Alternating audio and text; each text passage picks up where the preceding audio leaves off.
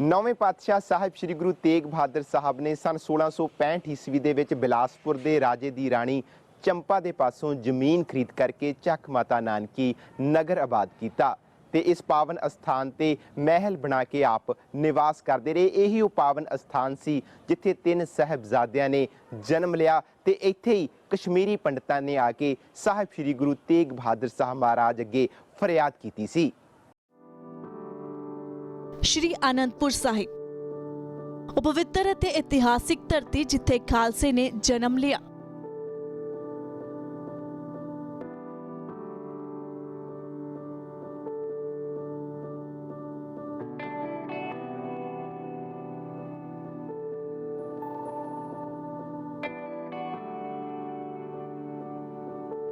ਜਿੱਥੇ 9ਵੇਂ ਤੇ 10ਵੇਂ ਪਾਤਸ਼ਾਹ ਦੀਆਂ ਅਨੇਕਾਂ ਹੀ ਪਿਆਰੀਆਂ ਤੇ ਕੌਮ ਨੂੰ ਉਤਸ਼ਾਹ ਦੇਣ ਵਾਲੀਆਂ ਯਾਦਗਾਰਾਂ ਮੌਜੂਦ ਹਨ।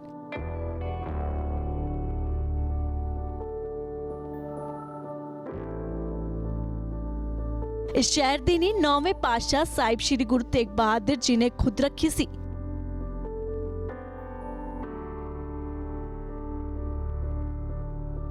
ਤੇ ਇਸ ਨਗਰ ਦੇ ਪੱਛਮ ਵੱਲ ਕੈਲੂਰੇ ਰਾਜੇ ਪਾਸੋਂ ਵੱਡੀ ਰਕਮ ਦੇ ਕੇ ਕਾਫੀ ਜ਼ਮੀਨ ਮੁੱਲ ਲਈ, ਜਿਸ ਨੂੰ ਆਪ ਨੇ ਆਪਣੇ ਰਹਿਣ ਲਈ ਚੁਣਿਆ। ਇੱਥੇ ਮਹਿਲ ਬਣਾ ਕੇ ਨਿਵਾਸ ਕਰਕੇ ਇਸ ਦਾ ਨਾਮ ਚੱਕ ਮਾਤਾ ਨਾਨਕੀ ਰੱਖਿਆ, ਜਿੱਥੇ ਹੁਣ ਗੁਰਦੁਆਰਾ ਗੁਰੂ ਕੇ ਮਹਿਲ ਸੁਸ਼ੋਭਿਤ ਹੈ।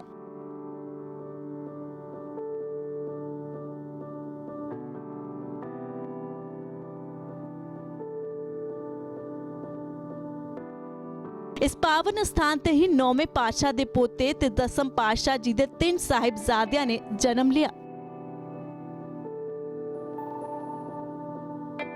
गुरु रूप गुरु प्यारी साध संगत जीओ, जिस पावन पवित्र धरती दे पावन पवित्र स्थानां दे आप दर्शन कर रहे हो, इस धरती का नाम है श्री आनंदपुर साहिब। और इस पावन धरती नूं 9वें पातशाह गुरु तेग बहादुर साहब जी महाराज सच्चे पातशाह ने 1665 ईस्वी ਦੇ ਵਿੱਚ ਰਾਜੇ ਦੀਪ ਚੰਦ ਦੀ ਵਿਧਵਾ ਰਾਣੀ ਦੇ ਪਾਸੋਂ ਜੋ ਇਤਿਹਾਸ ਦਾ ਜ਼ਿਕਰ ਹੈ ਕਿ 22,000 ਰੁਪਈਆ ਨਕਦ ਦੇ ਕੇ ਇਸ ਧਰਤੀ ਨੂੰ ਖਰੀਦਿਆ। ਇਸ ਦਾ ਪਹਿਲਾ ਨਾਮ ਸੀ ਮਾਖੋਵਾਲ। ਔਰ ਜਿਸ ਪਾਵਨ ਧਰਤੀ ਤੇ ਇਸ ਪਾਵਨ ਸਥਾਨ ਤੇ ਅਸੀਂ ਜੁੜ ਬੈਠੇ ਹਾਂ, ਗੁਰਦੁਆਰਾ ਗੁਰੂ ਕੇ ਮਹਿਲ ਭੋਰਾ ਸਾਹਿਬ। ਇੱਥੇ ਗੁਰੂ ਤੇਗ ਬਹਾਦਰ ਸਾਹਿਬ ਜੀ ਮਹਾਰਾਜ ਸੱਚੇ ਪਾਤਸ਼ਾਹ ਜੀ ਨੇ ਬਾਬਾ ਬੁੱਢਾ ਸਾਹਿਬ ਜੀ ਦੇ ਵੰਸ਼ਜ भाई गुरदित्ता जी होरां दे पासों इस नगर की मोहड़ी गुडवाई सी, भाव के इस नगरी की नींव सतगुरां ने रखाई सी। ये गुरुद्वारा गुरु के महल भोरा साहब स्थित है, सुभायमान है, जिथे गुरु तेग बहादुर साहब जी महाराज सच्चे पातशाह अपने परिवार समेत और माता गुजर कौर जी और सतगुरां दे पूजनीक सम्मानयोग माता नानकी जी के समेत इस पावन अस्थान के सतगुरु गुरु तेग बहादुर साहब जी महाराज ਰਿਹਾ ਕਰਦੇ ਸਨ। ਔਰ ਇਹਨਾਂ ਹੀ ਅਸਥਾਨਾਂ ਤੋਂ ਸਾਹਿਬ ਗੁਰੂ ਗੋਬਿੰਦ ਸਿੰਘ ਸਾਹਿਬ ਜੀ ਮਹਾਰਾਜ ਸੱਚੇ ਪਾਤਸ਼ਾਹ ਨੂੰ ਸਤਿਗੁਰਾਂ ਦੇ ਮਹਿਲ ਇਸ ਪਾਵਨ ਅਸਥਾਨ ਤੋਂ ਤਖਤ ਸ਼੍ਰੀ ਕੇਸਗੜ੍ਹ ਸਾਹਿਬ ਜੀ ਵਿਖੇ ਰੋਜ਼ਾਨਾ ਹੀ ਉਹਨਾਂ ਦੇ ਗਲੇ ਵਿੱਚ ਬਹੁਤ ਸੁੰਦਰ ਫੁੱਲਾਂ ਦਾ, ਤਾਜ਼ੇ ਫੁੱਲਾਂ ਦਾ ਸਿਹਰਾ ਪਾ ਕੇ ਤੇ ਗੁਰੂ ਸਾਹਿਬ ਦੇ ਚਰਨਾਂ ਤੇ ਮੱਥਾ ਟੇਕ ਕੇ ਮਾਤਾ ਜੀਤੋ ਜੀ ਸਤਿਗੁਰਾਂ ਨੂੰ ਇਸ ਥਾਂ ਤੋਂ ਹੀ ਤੋਰਿਆ ਕਰਦੇ ਸਨ। ਇਹ ਪਾਵਨ ਪਵਿੱਤਰ ਧਰਤੀ ਹੈ ਸ਼੍ਰੀ ਆਨੰਦਪੁਰ ਸਾਹਿਬ, ਜਿਸ ਦਾ ਨਾਮ ਹੈ। ਔਰ ਗੁਰਦੁਆਰਾ ਭੋਰਾ ਸਾਹਿਬ गुरु के महल गुरु तेग बहादुर साहब जी महाराज सच्चे पातशाह ने इस नगरी में वसाउणा कीता है। ये नगरी ये गुरुद्वारा साहब इस पावन पवित्र धरती के उत्ते सुभायमान है। गुरुद्वारा गुरु के महल के विचकार भोरा साहब सुभायमान है। श्री गुरु तेग बहादुर जी का भोरे नाल अथाह प्यार सी। बाबा बकाला विच रहे उत्थे भी भोरा बनाया। आनंदपुर साहब आए तो सब तो पहला भोरा बनाया, जिथे 9वें पातशाह साहिब श्री गुरु तेग बहादुर जी बैठ के भजन बंदगी करया करते सन। इस धरती नूं माण है कि 10वें पातशाह ने अपनी 42 साल की उम्र विचों 30 साल इस भूमि नूं अपनी अचरज ते महान लीला दी रंगभूमि बनाया।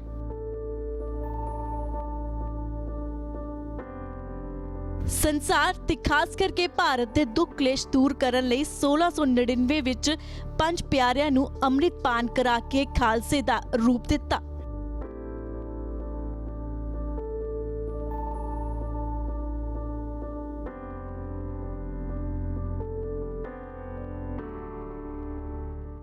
महान इतिहासक स्थान गुरुद्वारा गुरु के महल के दर्शन दीदारे इसी तरह जारी रहणगे। वेला चलिया एक ब्रेक का, ब्रेक तो बाद जल्द मिलते हैं। तुसीं इसी तरह बने रहो ABP साझा दे नाल।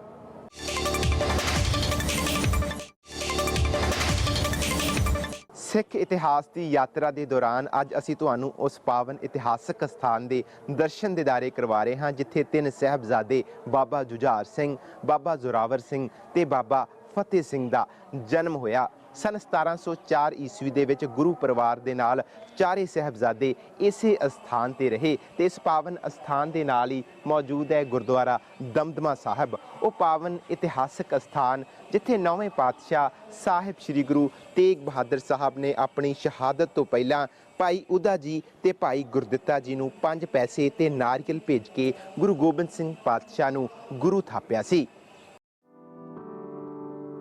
जबर ते जुलम के खिलाफ पैगाम देने वाली धरती श्री आनंदपुर साहब, जिथे श्री गुरु तेग बहादुर जी ने तपस्या की, जिस धरती नूं साहिबजादियां दी जन्म भूमि होने का मान प्राप्त होया।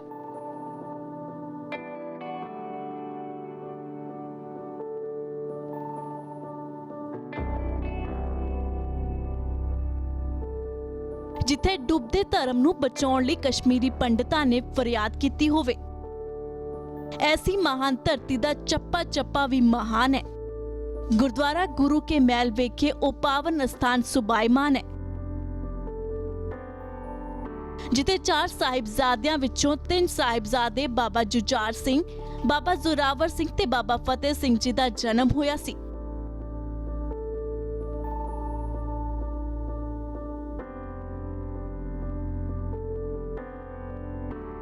इतिहास मुताबक साहिबजादा अजीत सिंह दा जन्म पोंटा साहब विखे होया सी।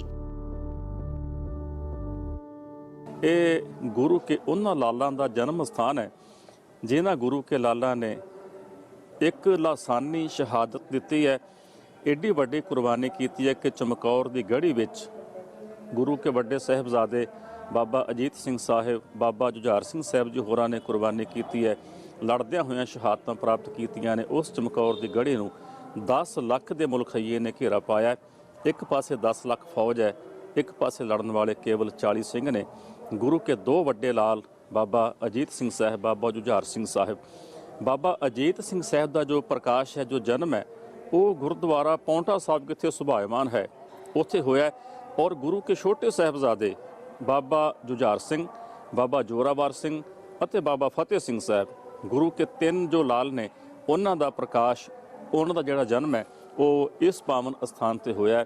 ਇਹ ਉਹ ਮਹਾਨ ਪਾਵਨ ਪਵਿੱਤਰ ਸਥਾਨ ਹੈ ਜਿੱਥੇ ਗੁਰੂ ਕੇ ਲਾਲਾਂ ਦਾ, ਗੁਰੂ ਕੇ ਛੋਟੇ ਜੋ 3 ਲਾਲ ਨੇ, ਉਹਨਾਂ ਦਾ ਪ੍ਰਕਾਸ਼ ਹੋਇਆ। ਸੱਜੇ ਪਾਸੇ ਮਸੰਦਾਂ ਵਾਲਾ ਖੂਹ, ਜਿਸ ਖੂਹ ਦੇ ਵਿੱਚ ਸਤਿਗੁਰਾਂ ਨੇ ਜਿਹੜੇ ਮਸੰਦ ਸਨ, ਜਿਵੇਂ ਕਿ ਇਤਿਹਾਸ ਦਾ ਜ਼ਿਕਰ ਹੈ, ਤੇਲ ਪਾ ਕੇ ਸਾੜਿਆ ਗਿਆ, ਜਾਂ ਇਸ ਖੂਹ ਦੇ ਵਿੱਚ ਉਹਨਾਂ ਨੂੰ ਜਿਹੜਾ ਸੀਗਾ ਮਾਰ ਕੇ ਤੇ ਉਹ ਜੋ ਸਜ਼ਾ ਜਿਹੜੀ ਸੀ ਦਿੱਤੀ ਗਈ। ਕਿਉਂਕਿ ਜਿਹੜੇ ਮਸੰਦ ਸਨ, ਅਸਲ ਵਿੱਚ ਮਸੰਦ ਸ਼ਬਦ ਦਾ ਅਰਥ ਹੈ ਮਸਨਦ, ਭਾਵ ਕਿ ਉੱਚੀ ਥਾਂ ਤੇ ਬੈਠਣ ਵਾਲਾ।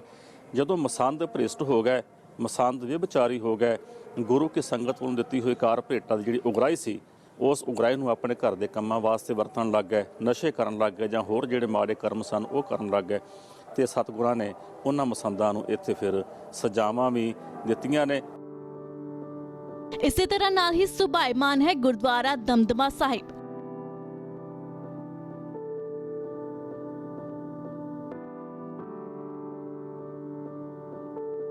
जिथे 9वें पातशाह ने अपनी शहादत तो पहला भाई उदा जी ते भाई गुरदित्ता जी नूं 5 पैसे ते नारियल भेज के गुरु गोबिंद सिंह जी नूं गुरु थापिया। ਜਦੋਂ ਔਰੰਗਜ਼ੇਬ ਬਾਦਸ਼ਾਹ ਦੇ ਸਤਾਏ ਹੋਏ ਕਸ਼ਮੀਰੀ ਪੰਡਤਾਂ ਨੇ ਆ ਕੇ ਗੁਰੂ ਚਰਨਾਂ ਵਿੱਚ ਅਰਦਾਸ ਕੀਤੀ ਹੈ ਕਿ ਸਾਡਾ ਧਰਮ ਬਚਾਓ, ਗੁਰੂ ਤੇਗ ਬਹਾਦਰ ਸਾਹਿਬ ਜੀ ਮਹਾਰਾਜ ਸੱਚੇ ਪਾਤਸ਼ਾਹ ਨੇ ਉਹਨਾਂ ਦੀ ਬੇਨਤੀ ਨੂੰ ਕਬੂਲ ਕੀਤਾ ਔਰ ਦਿੱਲੀ ਚਾਂਦਨੀ ਚੌਂਕ ਸ਼ਹਾਦਤ ਪ੍ਰਾਪਤ ਕਰਨ ਵਾਸਤੇ ਜਾਣ ਤੋਂ ਪਹਿਲਾਂ, ਜੋ ਕਿ ਪਿਛਲੇ ਗੁਰੂ ਸਾਹਿਬਾਨਾਂ ਤੋਂ, ਵੱਡੇ ਗੁਰੂ ਸਾਹਿਬਾਨਾਂ ਤੋਂ ਲੈ ਕੇ ਇੱਕ ਪਰੰਪਰਾ ਸੀ ਕਿ ਜਦ ਵੀ ਸਤਿਗੁਰੂ ਜੋਤੀ ਜੋਤ ਸਮਾਇਆ ਕਰਦੇ ਜਾਂ ਸ਼ਹਾਦਤ ਹੋ ਜਾਂਦੀ, ਉਹਦੇ ਤੋਂ ਪਹਿਲਾਂ ਆਪਣੀ ਥਾਂ ਤੇ ਜਿਹੜੀ ਗੁਰਤਾ ਗੱਦੀ ਹੈ ਉਹਦੇ ਉੱਤੇ ਗੁਰੂ ਸਾਹਿਬਾਨ ਨੂੰ ਬਿਰਾਜਮਾਨ ਕਰਨਾ। ਗੁਰੂ ਤੇਗ ਬਹਾਦਰ ਸਾਹਿਬ ਜੀ ਮਹਾਰਾਜ ਸੱਚੇ ਪਾਤਸ਼ਾਹ ਨੇ ਕੁਰਬਾਨੀ ਕਰਨ ਵੱਲ ਜਾਣ ਤੋਂ ਪਹਿਲਾਂ ਸ਼ਹਾਦਤ ਦੇਣ ਵੱਲ ਜਾਣ ਤੋਂ ਪਹਿਲਾਂ ਜਿਸ ਪਾਵਨ ਪਵਿੱਤਰ ਸਥਾਨ ਤੇ ਆਪ ਦਰਸ਼ਨ ਕਰ ਰਹੇ ਹੋ, ਬਿਲਕੁਲ ਪਿਛਲੇ ਪਾਸੇ ਇਹ ਸਥਾਨ ਸੁਭਾਇਮਾਨ ਹੈ। ਇਸ ਸਥਾਨ ਦੇ ਉੱਤੇ ਇਸ ਸਥਾਨ ਦੀ ਮਹਾਨਤਾ, ਇਸ ਸਥਾਨ ਦਾ ਇਤਿਹਾਸ ਇਹ ਹੈ ਕਿ ਗੁਰੂ ਤੇਗ ਬਹਾਦਰ ਸਾਹਿਬ ਜੀ ਮਹਾਰਾਜ ਸੱਚੇ ਪਾਤਸ਼ਾਹ ਨੇ ਸ਼ਹਾਦਤ ਦੇਣ ਜਾਣ ਤੋਂ ਪਹਿਲਾਂ ਗੁਰੂ ਗੋਬਿੰਦ ਰਾਏ, ਜੋ ਕਿ ਬਾਅਦ ਵਿੱਚ 1699 ਦੀ ਵਿਸਾਖੀ ਤੇ ਖਾਲਸਾ ਸਾਜ ਕੇ ਆਪ ਵੀ ਅੰਮ੍ਰਿਤਪਾਨ ਕਰਕੇ ਤੇ ਸਿੰਘ ਉਹਨਾਂ ਨੇ ਆਪਣੇ ਨਾਮ ਦੇ ਨਾਲ ਲਕਬ ਲਾਇਆ ਸੀ, ਉਸ ਵਕਤ ਨਾਮ ਗੋਬਿੰਦ ਰਾਏ ਸੀ। ਇਸ ਪਾਵਨ ਅਸਥਾਨ ਤੇ ਸਤਿਗੁਰੂ ਗੁਰੂ ਗੋਬਿੰਦ ਸਿੰਘ ਸਾਹਿਬ ਜੀ ਮਹਾਰਾਜ ਗੁਰਤਾ ਗੱਦੀ ਤੇ ਸੁਭਾਇਮਾਨ ਹੋਏ ਸਨ। ਇਹ ਉਹ ਪਾਵਨ ਪਵਿੱਤਰ ਸਥਾਨ ਇਸੇ ਕੰਪਲੈਕਸ ਦੇ ਅੰਦਰ ਸਥਿਤ ਹੈ। ਬਾਹੇ ਜਿਨ੍ਹਾਂ ਦੀ ਪਕੜੀਐ ਸਿਰ ਦੀਜੈ, ਬਾਹੇ ਨਾ ਛੋੜੀਐ, ਤੇਗ ਬਹਾਦਰ ਬੋਲਿਆ ਧਰ ਪਈਐ, ਧਰਮ ਨਾ ਛੋੜੀਐ। ਨੌਵੇਂ ਪਾਤਸ਼ਾਹ ਸਾਹਿਬ ਸ੍ਰੀ ਗੁਰੂ ਤੇਗ ਬਹਾਦਰ ਸਾਹਿਬ ਜੀ ਦੇ ਨਿਵਾਸ ਅਸਥਾਨ ਗੁਰਦੁਆਰਾ ਗੁਰੂ ਕੇ ਮਹਿਲ ਦੇ ਨਾਲ ਅੱਜ ਵੀ ਉਹ ਪਾਵਨ ਅਸਥਾਨ ਮੌਜੂਦ ਹੈ, ਜਿੱਥੇ 1675 ਈਸਵੀ ਦੇ ਵਿੱਚ ਕਸ਼ਮੀਰੀ ਪੰਡਤਾਂ ਨੇ ਨੌਵੇਂ ਪਾਤਸ਼ਾਹ ਦੇ ਅੱਗੇ ਫਰਿਆਦ ਕੀਤੀ ਸੀ ਕਿ ਸਾਡੇ ਧਰਮ ਨੂੰ ਖਤਰਾ ਹੈ, ਤੇ ਨੌਵੇਂ ਪਾਤਸ਼ਾਹ ਨੇ ਦਿੱਲੀ ਦੇ ਚਾਂਦਨੀ ਚੌਂਕ 'ਚ ਜਾ ਕੇ ਆਪਣਾ ਬਲੀਦਾਨ ਦਿੱਤਾ ਸੀ। ਸਨ 1675 ਦਾ ਉਹ ਸਮਾਂ ਜਦੋਂ ਨੌਵੇਂ ਪਾਤਸ਼ਾਹ ਦਰਬਾਰ ਸਜਾਈ ਬੈਠੇ ਸਨ ਤੇ ਸੰਗਤਾਂ ਨੂੰ ਉਪਦੇਸ਼ ਦੇ ਰਹੇ ਸਨ, ਤਾਂ ਇਸ ਇਤਿਹਾਸਿਕ ਸਥਾਨ ਤੇ ਕਸ਼ਮੀਰੀ ਪੰਡਤਾਂ ਨੇ ਆਪਣੇ ਧਰਮ ਨੂੰ ਬਚਾਉਣ ਦੇ ਲਈ ਗੁਰੂ ਤੇਗ ਬਹਾਦਰ ਸਾਹਿਬ ਜੀ ਪਾਸ ਜੋਦੜੀ ਕੀਤੀ ਸੀ। ਇਸੇ ਧਰਤੀ ਦੇ ਉੱਤੇ ਸਥਿਤ ਹੈ ਜੋ ਪਿਛਲੇ ਪਾਸੇ ਆ ਕੇ ਦਰਸ਼ਨ ਕਰ ਰਹੇ ਹੋ, ਉਹ ਪਾਵਨ ਸਥਾਨ ਜਿੱਥੇ ਗੁਰੂ ਤੇਗ ਬਹਾਦਰ ਸਾਹਿਬ ਜੀ ਮਹਾਰਾਜ ਸੱਚੇ ਪਾਤਸ਼ਾਹ ਦਰਬਾਰ ਸਜਾ ਕੇ ਬੈਠਿਆ ਕਰਦੇ ਸਨ ਔਰ ਸੰਗਤਾਂ ਗੁਰੂ ਸਾਹਿਬ ਦੇ ਦਰਸ਼ਨ ਦੀਦਾਰੇ ਇਸੇ ਪਾਵਨ ਸਥਾਨ ਤੇ ਆ ਕੇ ਕਰਿਆ ਕਰਦੀਆਂ ਸਨ। ਔਰ ਇਸ ਸਥਾਨ ਦੀ ਜੋ ਮਹਾਨਤਾ ਹੈ, ਜੋ ਇਤਿਹਾਸ ਹੈ, ਉਹ ਇਸ ਤਰ੍ਹਾਂ ਕਿ ਜਦੋਂ ਔਰੰਗਜ਼ੇਬ ਬਾਦਸ਼ਾਹ ਨੇ ਹਿੰਦੁਸਤਾਨ ਦੀ ਜਨਤਾ ਦੇ ਉੱਤੇ ਬਹੁਤ ਜ਼ਿਆਦਾ ਜੁਰਮ ਕੀਤੇ, ਹਿੰਦੂ ਧਰਮ ਨੂੰ ਬਿਲਕੁਲ ਖਤਮ ਕਰਨ ਦਾ ਉਹਨੇ ਤਹਈਆ ਕੀਤਾ। ਜੋ ਤਾਂ ਇਸਲਾਮ ਕਬੂਲ ਕਰ ਲੈਂਦੇ ਸਨ ਉਹਨਾਂ ਨੂੰ ਬਖਸ਼ ਦਿੰਦਾ ਸੀਗਾ, ਜੋ ਇਸਲਾਮ ਕਬੂਲ ਨਹੀਂ ਕਰਦੇ ਸਨ ਉਹਨਾਂ ਨੂੰ ਉਹ ਕਤਲ ਕਰਦਾ ਸੀ। ਔਰ ਇਸ ਕੰਮ ਦੀ ਆਰੰਭਤਾ ਉਹਨੇ ਕਸ਼ਮੀਰ ਤੋਂ ਕੀਤੀ ਹੈ, ਕਿਉਂਕਿ ਕਸ਼ਮੀਰ ਦੇ ਪੰਡਤ ਬਹੁਤ ਹੀ ਵਿਦਵਾਨ ਪੰਡਤ ਹੋਇਆ ਕਰਦੇ ਸਨ। ਔਰੰਗਜ਼ੇਬ ਬਾਦਸ਼ਾਹ ਦੇ ਸਤਾਏ ਹੋਏ ਕਸ਼ਮੀਰੀ ਪੰਡਤ ਇੱਕ ਫਰਿਆਦ ਲੈ ਕੇ ਪੰਡਤ ਕਿਰਪਾ ਰਾਮ ਦੀ ਅਗਵਾਈ ਵਿੱਚ 500 ਦਾ ਜੱਥਾ ਲੈ ਕੇ, ਜਿਸ ਵਿੱਚ ਬੀਬੀਆਂ ਵੀ ਸਨ, ਬੱਚੇ ਵੀ ਸਨ, ਬੱਚੀਆਂ ਵੀ ਸਨ, ਉਸ ਜੱਥੇ ਦੇ ਸਮੇਤ ਇਸ ਪਾਵਨ ਦਰਬਾਰ 'ਚ ਗੁਰੂ ਤੇਗ ਬਹਾਦਰ ਸਾਹਿਬ ਜੀ ਮਹਾਰਾਜ ਦੇ ਸਨਮੁਖ ਫਰਿਆਦ ਕਰਨ ਵਾਸਤੇ ਕਸ਼ਮੀਰੀ ਪੰਡਤ ਪਹੁੰਚੇ ਹੋਏ ਸਨ। ਇਸੇ ਹੀ ਸਥਾਨ ਤੇ ਪੰਡਤਾਂ ਨੇ ਗੁਰੂ ਕੇ ਲੱਗੇ ਹੋਏ ਦਰਬਾਰ, ਸੱਜੇ ਹੋਏ ਦਰਬਾਰ ਵਿੱਚ ਆ ਕੇ ਫਰਿਆਦ ਕੀਤੀ ਸੀ ਕਿ ਬਾਂਹ ਸਾਡੀ ਪਕੜੀਏ ਸ਼੍ਰੀ ਹਰਗੋਬਿੰਦ ਕੇ ਚੰਦ, ਕਿਉਂਕਿ ਦੁਖੀ ਪੰਡਤ ਕਸ਼ਮੀਰ ਤੋਂ ਚੱਲ ਕੇ ਇੱਥੇ ਆਏ ਸਨ। ਔਰ ਜਦ ਗੁਰੂ ਤੇਗ ਬਹਾਦਰ ਸਾਹਿਬ ਜੀ ਮਹਾਰਾਜ ਸੱਚੇ ਪਾਤਸ਼ਾਹ ਉਹਨਾਂ ਪੰਡਤਾਂ ਦੀ ਫਰਿਆਦ ਸੁਣ ਰਹੇ ਸਨ, ਪੰਡਤਾਂ ਨੇ ਆਪਣੇ ਗਲਾਂ ਵਿੱਚ ਪਰਨੇ ਪਾਏ ਹੋਏ ਸਨ ਔਰ ਰੋ ਰੋ ਕੇ ਕੁਰਲਾ ਕੇ ਜੋ ਆਪਣੀ ਦਸ਼ਾ ਸੀ ਉਹ ਗੁਰੂ ਸਾਹਿਬ ਨੂੰ ਦੱਸ ਰਹੇ ਸਨ। ਔਰ ਖੇਡਦੇ ਬਾਲ ਗੋਬਿੰਦ ਰਾਏ ਜੀ, ਜੋ ਗੁਰੂ ਗੋਬਿੰਦ ਸਿੰਘ ਸਾਹਿਬ ਜੀ ਮਹਾਰਾਜ ਬਾਅਦ ਵਿੱਚ ਬਣੇ, ਗੁਰੂ ਸਾਹਿਬ ਨੂੰ ਆ ਕੇ ਪੁੱਛਦੇ ਨੇ ਕਿ ਪਿਤਾ ਜੀ ਇਹ ਕੌਣ ਨੇ? ਸਤਿਗੁਰੂ ਕਹਿਣ ਲੱਗੇ ਇਹ ਕਸ਼ਮੀਰੀ ਪੰਡਤ ਨੇ। ਇਹ ਰੋਂਦੇ ਕਿਉਂ ਨੇ? ਮਹਾਰਾਜ ਕਹਿਣ ਲੱਗੇ ਪੁੱਤਰ ਇਹ ਇਸ ਕਰਕੇ ਰੋਂਦੇ ਨੇ ਕਿ ਹਿੰਦੁਸਤਾਨ ਦਾ ਬਾਦਸ਼ਾਹ ਔਰੰਗਜ਼ੇਬ ਇਹਨਾਂ ਦਾ ਧਰਮ ਖਤਮ ਕਰਨ ਤੇ ਤੁਲਿਆ ਹੋਇਆ। ਉਹਨੇ ਤਹਈਆ ਕੀਤਾ ਹੋਇਆ ਕਿ ਹਿੰਦੂਆਂ ਦਾ ਧਰਮ ਧੋਤੀ, ਟੋਪੀ, ਬੋਦੀ, ਤਿਲਕ, ਜੰਜੂ ਆਦਿ ਕੁਝ ਵੀ ਮੈਂ ਰਹਿਣ ਨਹੀਂ ਦੇਣਾ, ਸਾਰੇ ਦੇ ਸਾਰੇ ਹਿੰਦੂਆਂ ਨੂੰ ਇਸਲਾਮ ਦੇ ਵਿੱਚ ਕਨਵਰਟ ਕਰਨਾ ਹੈ।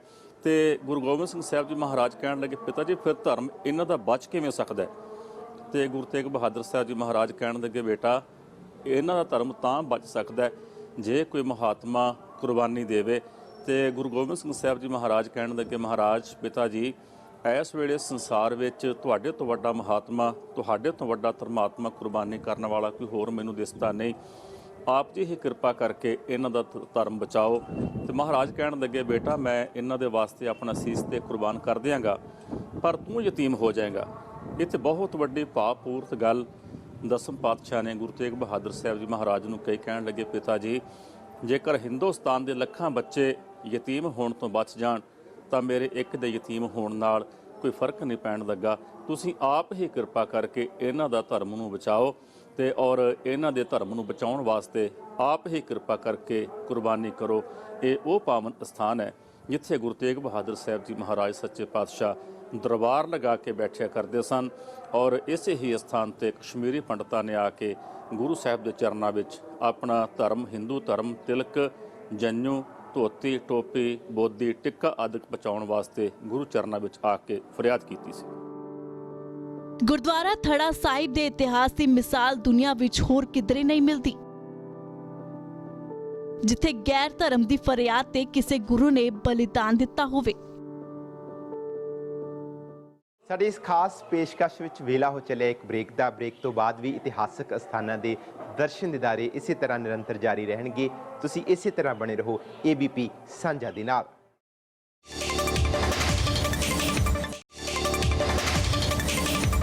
ਸ਼੍ਰੀ ਅਨੰਦਪੁਰ ਸਾਹਿਬ ਦੀ ਪਾਵਨ ਮੁਕੱਦਸ ਧਰਤੀ ਤੇ ਗੁਰਦੁਆਰਾ ਸੀਸਗੰਜ ਸਾਹਿਬ ਉਹ ਪਾਵਨ ਇਤਿਹਾਸਕ ਸਥਾਨ ਹੈ ਜਿੱਥੇ 9ਵੇਂ ਪਾਤਸ਼ਾਹ ਹਿੰਦ ਦੀ ਚਾਦਰ ਸਾਹਿਬ ਸ਼੍ਰੀ ਗੁਰੂ ਤੇਗ ਬਹਾਦਰ ਸਾਹਿਬ ਜੀ ਦੇ ਸੀਸ ਦਾ ਸੰਸਕਾਰ ਹੋਇਆ ਸੀ। ਇਸ ਪਾਵਨ ਅਸਥਾਨ ਦੇ ਅੰਦਰਲੇ ਹਿੱਸੇ ਨੂੰ ਦਸਮ ਪਾਤਸ਼ਾਹ ਸਾਹਿਬ ਸ਼੍ਰੀ ਗੁਰੂ ਗੋਬਿੰਦ ਸਿੰਘ ਮਹਾਰਾਜ ਜੀ ਨੇ ਆਪਣੀ ਨਿਗਰਾਨੀ ਦੇ ਵਿੱਚ ਬਣਵਾਇਆ ਸੀ। ਸ਼੍ਰੀ ਗੁਰੂ ਤੇਗ ਬਹਾਦਰ ਜੀ ਦੀ ਲਸਾਨੀ ਕੁਰਬਾਨੀ ਦੁਨੀਆ ਦੇ ਇਤਿਹਾਸ ਵਿੱਚ ਕਈ ਐਸੇ ਮੀਲ ਪੱਥਰ ਸਥਾਪਿਤ ਕਰ ਗਈ ਜੋ ਕਿਸੇ ਹੋਰ ਦੁਨੀਆ ਦੇ ਰਹਿਬਰ ਨੂੰ ਪ੍ਰਾਪਤ ਨਹੀਂ ਹੋਈ।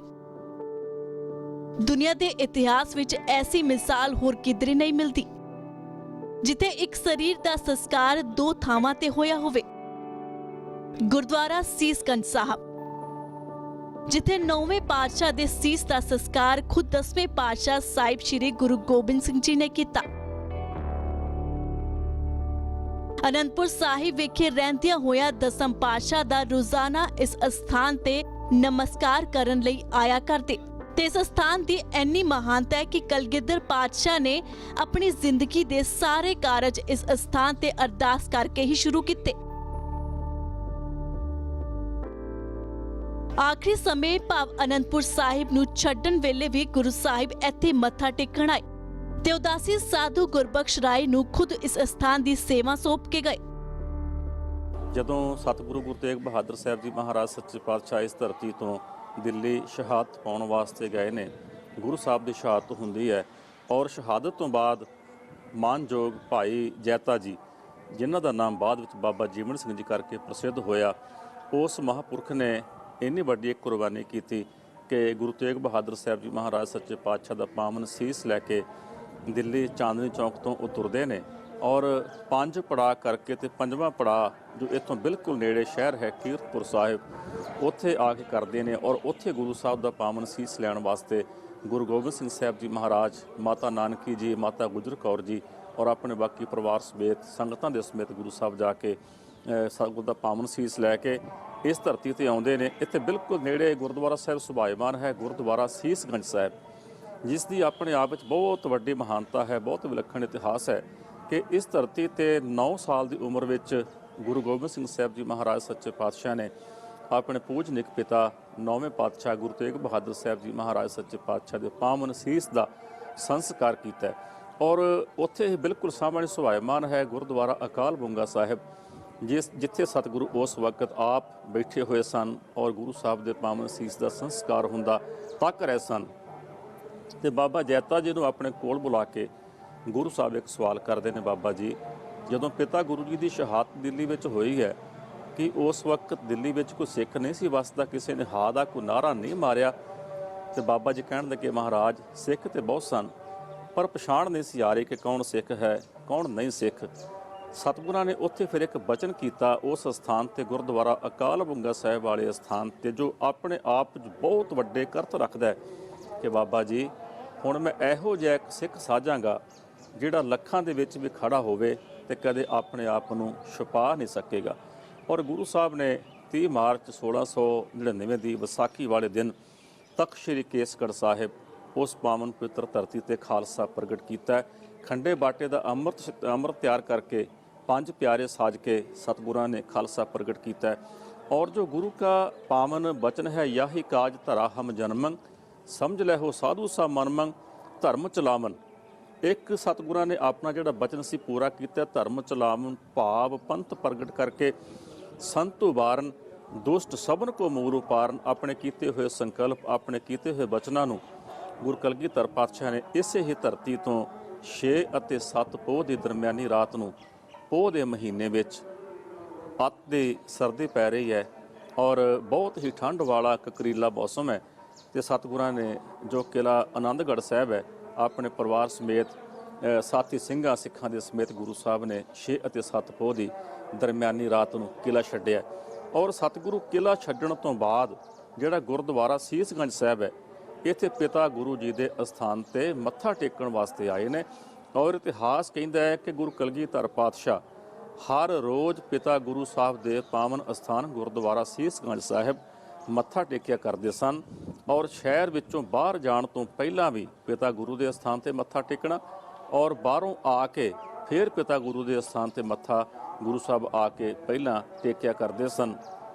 ਔਰ ਉਸ ਦਿਨ ਵੀ ਕਿਲ੍ਹਾ ਛੱਡ ਕੇ ਗੁਰੂ ਸਾਹਿਬ ਆਪਣੇ ਪਿਤਾ ਗੁਰੂ ਜੀ ਦੇ ਪਾਵਨ ਅਸਥਾਨ ਤੇ ਮੱਥਾ ਟੇਕਣ ਵਾਸਤੇ ਆਏ ਨੇ। ਇੱਥੇ ਮੱਥਾ ਟੇਕ ਕੇ ਇੱਕ ਗੁਰਬਖਸ਼ ਰਾਏ ਉਦਾਸੀ ਜਾਂ ਇਤਿਹਾਸ ਨੇ ਗੁਰਬਖਸ਼ ਸਿੰਘ ਵੀ ਕਈ ਥਾਵਾਂ ਤੇ ਜ਼ਿਕਰ ਕੀਤਾ ਕਿ ਉਹਨਾਂ ਨੂੰ ਇਸ ਪਾਵਨ ਅਸਥਾਨ ਦੀ ਸੇਵਾ ਸੰਭਾਲ ਗੁਰੂ ਗੋਬਿੰਦ ਸਿੰਘ ਸਾਹਿਬ ਜੀ ਮਹਾਰਾਜ ਨੇ ਸੌਂਪੀ ਹੈ ਔਰ ਉਹਨਾਂ ਨੂੰ ਹੁਕਮ ਕਰਕੇ ਗੁਰੂ ਸਾਹਿਬ ਨੇ ਕਿਹਾ ਸੀ ਕਿ ਤੁਸੀਂ ਪਿਤਾ ਗੁਰੂ ਜੀ ਦੇ ਅਸਥਾਨ ਤੇ ਦੀਵਾ ਬੱਤੀ ਕਰਦੇ ਰਹਿਣਾ। ਔਰ ਉਹਨੇ ਕਿਹਾ ਕਿ ਮੁਗਲਾਂ ਦੀ ਫੌਜ ਨੇ ਸਾਰੇ ਪਾਸਿਓਂ ਸ਼ਹਿਰ ਨੂੰ ਘੇਰਿਆ ਹੋਇਆ, ਮੁਗਲਾਂ ਦੀ ਫੌਜ ਪਿੱਛੇ ਚੜ੍ਹੀ ਆਉਂਦੀ ਹੈ। ਮਹਾਰਾਜ ਕਹਿਣ ਲੱਗੇ ਕਿ ਜਿੰਨੀਆਂ ਮਰਜ਼ੀ ਫੌਜਾਂ ਆ ਜਾਣ ਲੇਕਿਨ ਇਸ ਅਸਥਾਨ ਤੇ ਕੋਈ ਵੀ ਫੌਜ ਕਿਸੇ ਪ੍ਰਕਾਰ ਦੀ ਵੀ ਜਿਹੜੀ ਹੈ ਉਹ ਹੱਲਾ ਨਹੀਂ ਕਰ ਸਕਦੀ। ਔਰ ਗੁਰੂ ਸਾਹਿਬ ਦਾ ਹੁਕਮ ਮੰਨ ਕੇ ਗੁਰਬਖਸ਼ ਰਾਏ ਉਦਾਸੀ ਗੁਰੂ ਸਾਹਿਬ ਦੇ ਇਸ ਸ਼ਹਿਰ ਨੂੰ ਛੱਡਣ ਤੋਂ ਬਾਅਦ ਇੱਥੇ ਬਹੁਤ ਵੱਡੀਆਂ ਸੇਵਾਵਾਂ ਇਸ ਅਸਥਾਨ ਤੇ ਕਰਦੇ ਰਹੇ ਨੇ। ਗੁਰੂ ਕਲਗੀਧਰ ਪਾਤਸ਼ਾਹ ਨੇ ਇੱਥੇ ਕਿਲ੍ਹਿਆਂ ਦਾ ਨਿਰਮਾਣ ਕਰਵਾਇਆ। ਕਿਲ੍ਹਾ ਨਿਰਮੋਹਗੜ੍ਹ ਸਾਹਿਬ ਹੈ, ਕਿਲ੍ਹਾ ਫਤਿਹਗੜ੍ਹ ਸਾਹਿਬ ਹੈ, ਕਿਲ੍ਹਾ ਹੋਲਗੜ੍ਹ ਸਾਹਿਬ ਹੈ, ਕਿਲ੍ਹਾ ਲੋਹਗੜ੍ਹ ਸਾਹਿਬ ਹੈ ਔਰ ਕਿਲ੍ਹਾ ਤਾਰਾਗੜ੍ਹ ਸਾਹਿਬ ਹੈ ਔਰ ਕਿਲ੍ਹਾ ਆਨੰਦਗੜ੍ਹ ਸਾਹਿਬ। ਇਹਨਾਂ ਕਿਲ੍ਹਿਆਂ ਦਾ ਨਿਰਮਾਣ ਕਰਵਾਇਆ ਔਰ ਜਿਸ ਧਰਤੀ ਤੇ ਗੁਰੂ ਸਾਹਿਬ ਨੇ ਖਾਲਸਾ ਪ੍ਰਗਟ ਕੀਤਾ ਉਹ ਕਿਲ੍ਹਾ ਨਹੀਂ ਹੈ, ਉਹ ਤਖਤ ਹੈ। ਔਰ ਉਸ ਪਾਵਨ ਪਵਿੱਤਰ ਤਖਤ ਦਾ ਨਾਮ ਦਸ਼ਮੇਸ਼ ਪਿਤਾ ਨੇ ਕੇਸਗੜ੍ਹ ਸਾਹਿਬ ਰੱਖਿਆ ਔਰ ਕੇਸ ਸਾਡੇ ਸਿਰਮੌਰ ਨੇ ਇਸੇ ਹੀ ਧਰਤੀ ਤੋਂ ਸਾਨੂੰ ਸਤਿਗੁਰਾਂ ਨੇ ਆਪਣਾ ਸਰਬੰਸ ਵਾਰਨ ਦਾ ਜਿਹੜਾ ਸੰਕਲਪ ਸੀ ਉਹਨੂੰ ਪੂਰਾ ਕਰਕੇ ਤੇ ਸਾਨੂੰ ਸਰਦਾਰੀਆਂ ਬਖਸ਼ਿਸ਼ ਕੀਤੀਆਂ ਨੇ। 11 ਨਵੰਬਰ 1665 ਦਿਨ ਬੁੱਧਵਾਰ ਜਦੋਂ 9ਵੇਂ ਪਾਤਸ਼ਾਹ ਦੀ ਸ਼ਹਾਦਤ ਹੋਈ ਤਾਂ ਗੁਰੂ ਸਾਹਿਬ ਦਾ ਸੀਸ ਭਾਈ ਜੈਤਾ ਜੀ ਇਸ ਸਥਾਨ ਤੇ ਲੈ ਕੇ ਆਏ। ਇਸ ਸਥਾਨ ਦਾ ਅੰਦਰਲਾ ਹਿੱਸਾ ਦਸਮ ਪਾਤਸ਼ਾਹ ਨੇ ਖੁਦ ਆਪਣੀ ਨਿਗਰਾਨੀ ਵਿੱਚ ਬਣਾਇਆ ਸੀ।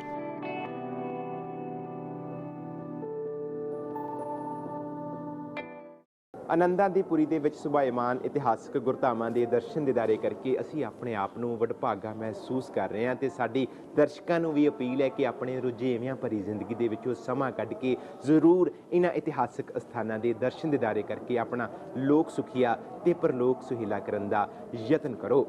ਹੁਣ ਮੈਨੂੰ ਪਰਮਜੀਤ ਸਿੰਘ ਨੂੰ ਦਿਓ ਇਜਾਜ਼ਤ। ਦੇਸ਼ ਦੁਨੀਆ ਦੀਆਂ ਵੱਡੀਆਂ ਖਬਰਾਂ ਲਈ ਤੁਸੀਂ ਇਸੇ ਤਰ੍ਹਾਂ ਬਣੇ ਰਹੋ ABP ਸਾਂਝਾ ਦੇ ਨਾਲ। ਵਾਹਿਗੁਰੂ ਜੀ ਕਾ ਖਾਲਸਾ, ਵਾਹਿਗੁਰੂ ਜੀ ਕੀ ਫਤਿਹ।